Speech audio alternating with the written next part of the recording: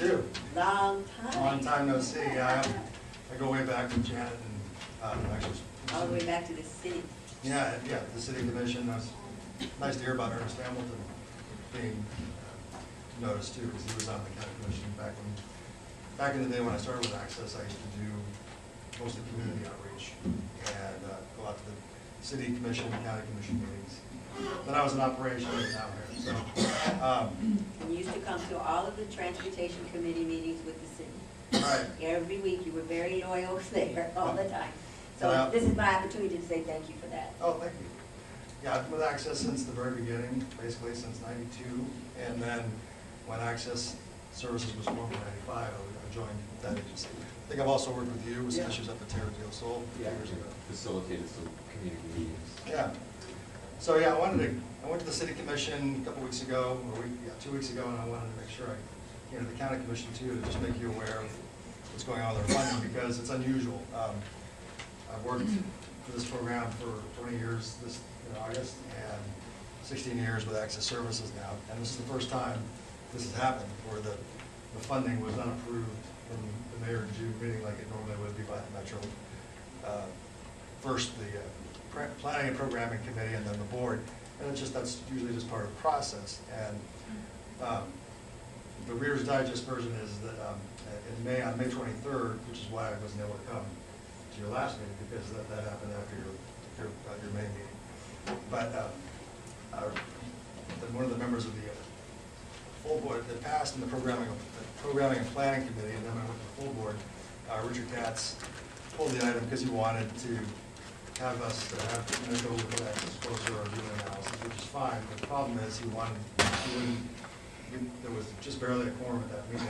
There was 8 members present, and since he wouldn't take action of any kind of motion, we couldn't go anywhere. So basically, a month and a half before fiscal year was going to end, we didn't have our funding approved, which if we were a contractor, probably not a big deal. But the problem is we're a public agency, just like Metro is, just like Federal Transit, just like Long Beach Transit. And when we were formed in '95, that was the idea, was that when the LA County Transportation Commission and RTD merged back together in '94, we formed Metro again, because there was a Metro a long, long time ago. It was decided to spin off from Metro and form our own agency for a number of reasons. But so it's a little unusual, and that's probably why some of the politicians like Katz don't always understand exactly what our service is and how it's built. Because in most cities, counties, states, whichever primary public transit division, whether it's Metro here or else, they usually oversee ADA paratransit. It's a little different in LA County. I think that's why there's probably some confusion. But there's a lot of ramifications, as the board item I had attached in the agenda points out.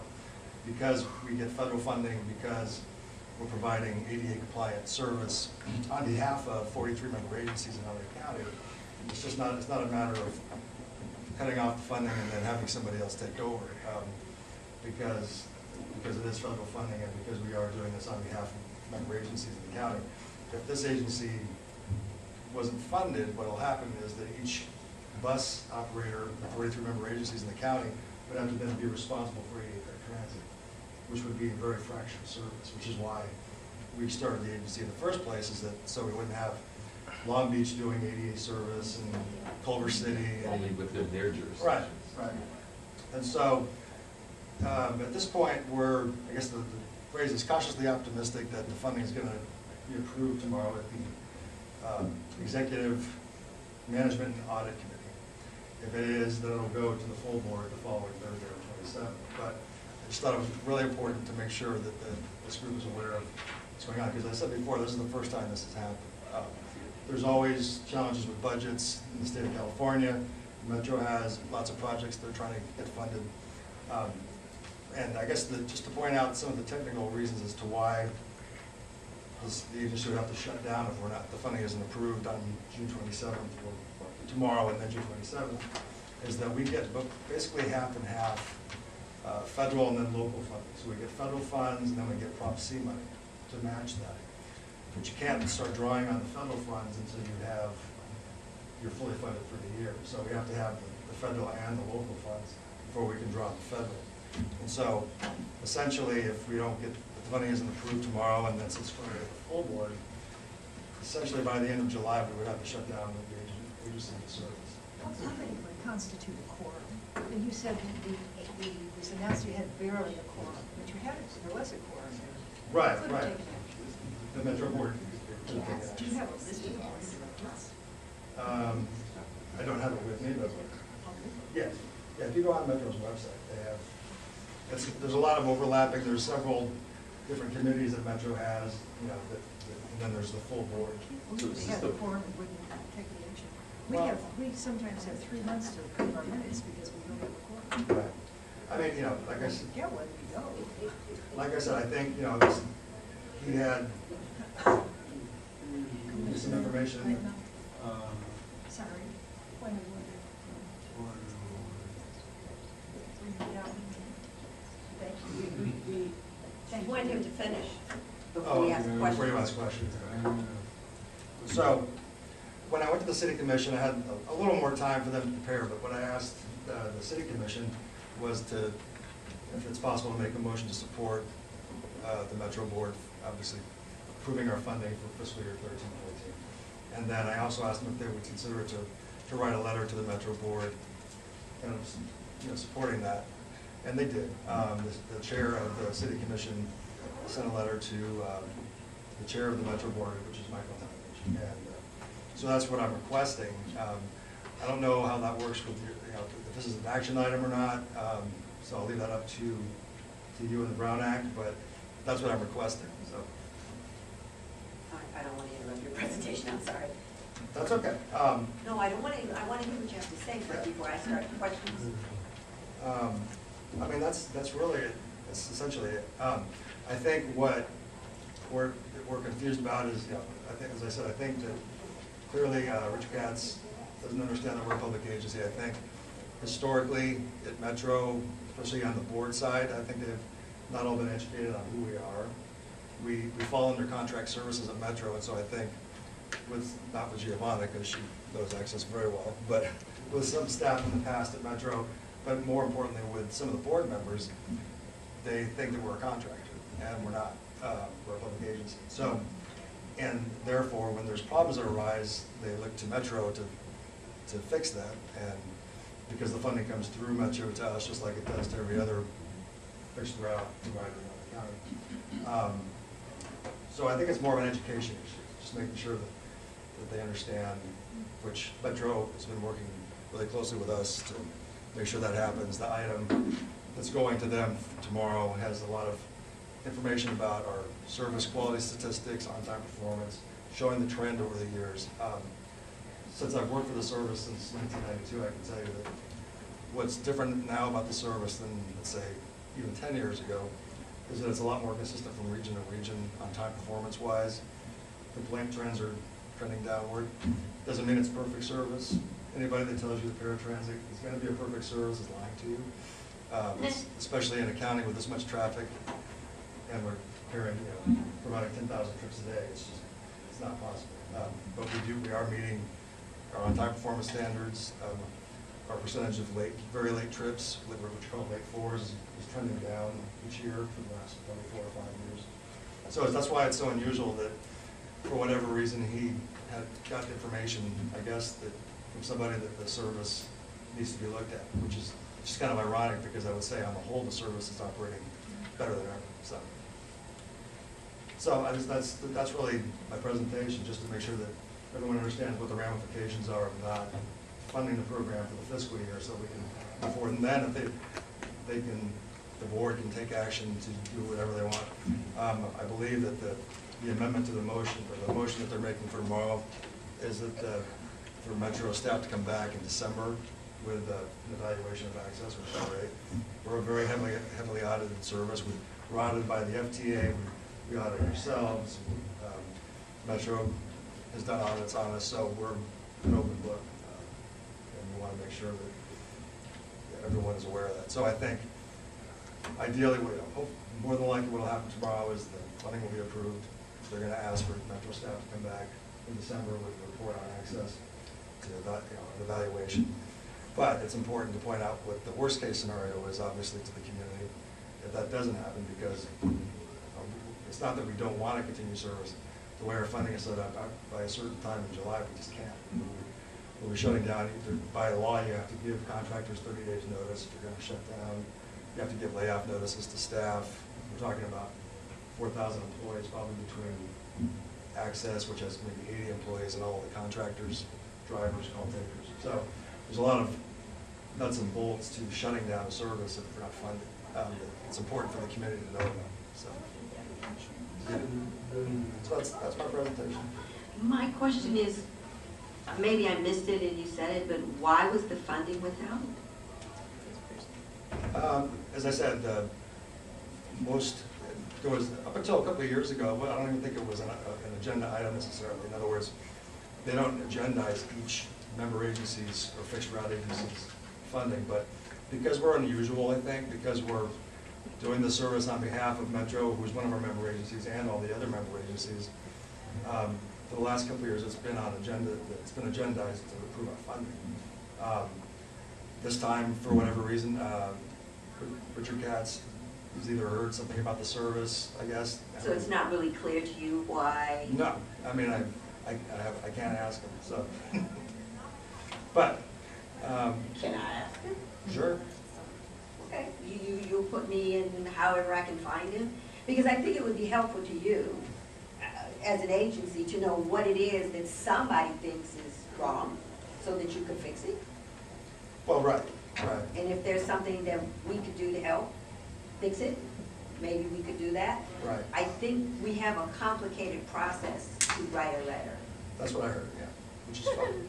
Because we have to make sure. Probably have to go to the board of supervisors. Exactly. I think we have to make sure that it's consistent with what the supervisors are thinking in that process. Right. Correct me? Correct. Yeah. Before we could And I send think a what letter. But I tell you what I will do, since I'm chair of the transportation committee, Mhm. I'll take this up as an issue, and if Okay. you'd like to come Sure. and have some input or something, because I think if we make a recommendation to the commission, they discuss it, then we could maybe follow whatever the proper procedure is to say something Sure. that's consistent with what the commission would Yeah. want to do on this issue. Yeah, and if there's a commissioner that has time and would like to attend the meeting tomorrow at Metro to listen in on the item, that would be great. John. John? Well, he's our new Right. representative, so I think it would be appropriate for it to be consistent with him to go. Would that, yes?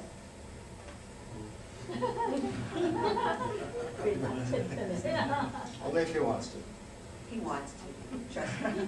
But yeah, I mean, we have reached, I'm pretty sure we've reached out to CATS and board members at this point, all of them to. I would just like to know, because if it's something that's true theoretically, then I think we need to help you work to fix it. If it's something just that somebody's perception, we need to work with you to fix that. Right. If there's a real problem, we need to work with you to fix that too. Oh, yeah, absolutely. Okay? Absolutely. Yeah, we have to know what the issue is. We haven't been given, it's not as if we can call up Richard Cass and say, well, why didn't you? I can't, so. But as I said, I think because, I think he definitely perceives us as a contractor where you could just say, oh, I'm not gonna fund them until you do an evaluation, you can have somebody else do the service maybe. I think that's, in his mind, that's how it works. Obviously, it doesn't work that way. Let me ask you another question. For a very long time, when I've looked at your reports over a period of years, being with the county, being with the city or whatever, and I look through your reports and stuff, periodically you have evaluations from riders.